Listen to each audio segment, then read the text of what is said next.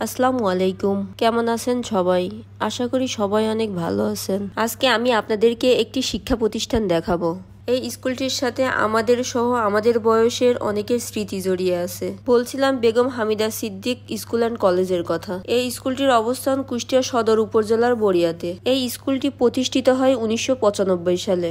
সাধারণত সেই সময় আমরা পড়াশোনা করতাম সরকারি প্রাথমিক বিদ্যালয়ে। এখনকার সময়ের মতো তখন অত কিন্ডারগার্টেন স্কুল ছিল না, কিন্তু শুরু থেকে এই স্কুলটা কিন্ডারগার্টেনের সুবিধা ছিল।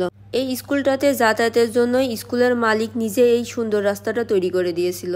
কুষ্টিয়া শহর বা এর আশেপাশে অনেকে এই স্কুলটি সম্পর্কে জানেন, কারণ শুরুতেই স্কুলটি ব্যাপক জনপ্রিয়তা পেয়েছিল। শুরুতেই অনেক দূর দূরান্ত থেকে এখানে সবাই পড়তে আসতো, কারণ এখানে স্টুডেন্টের জন্য স্কুল ভ্যানের ব্যবস্থা ছিল।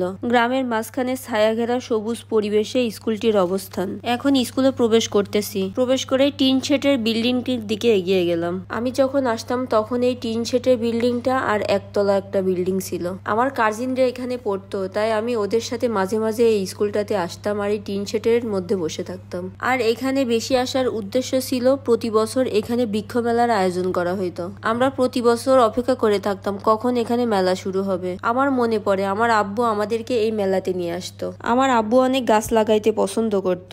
আব্বু আমাদের বাড়িতে সব ধরনের গাছ লাগাইছিল। আমার মনে আছে এখান থেকে গাছ কিনে নিয়ে যেয়ে আব্বু লাগাইতো আর আমাদের দিয়ে মাটি দিত। গাছের পাশাপাশি আমাদেরকে অনেক খেলনা কিনে দিত, পুতুল কিনে দিত, হাড়ি পাতিল কিনে দিত, এছাড়া বিভিন্ন ধরনের খাবারও কিনে দিত।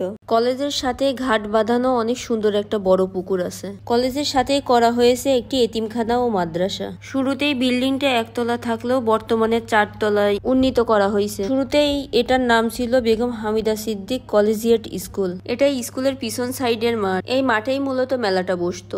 দেখেন স্কুলের পিছন সাইডের পরিবেশটা কত সুন্দর, বড় বড় গাছ ও ধান ভুট্টার ক্ষেত। কলেজটা ঘুরে ঘুরে দেখতে লাগলাম, সবকিছু প্রায় আগের মতোই আছে। কলেজের মধ্যে অনেক বড় বড় আম গাছ, গাছে অনেক আমও ছিল, কিন্তু পাড়ার সাহস হইল না। এটা হলো উইন্ড মিল।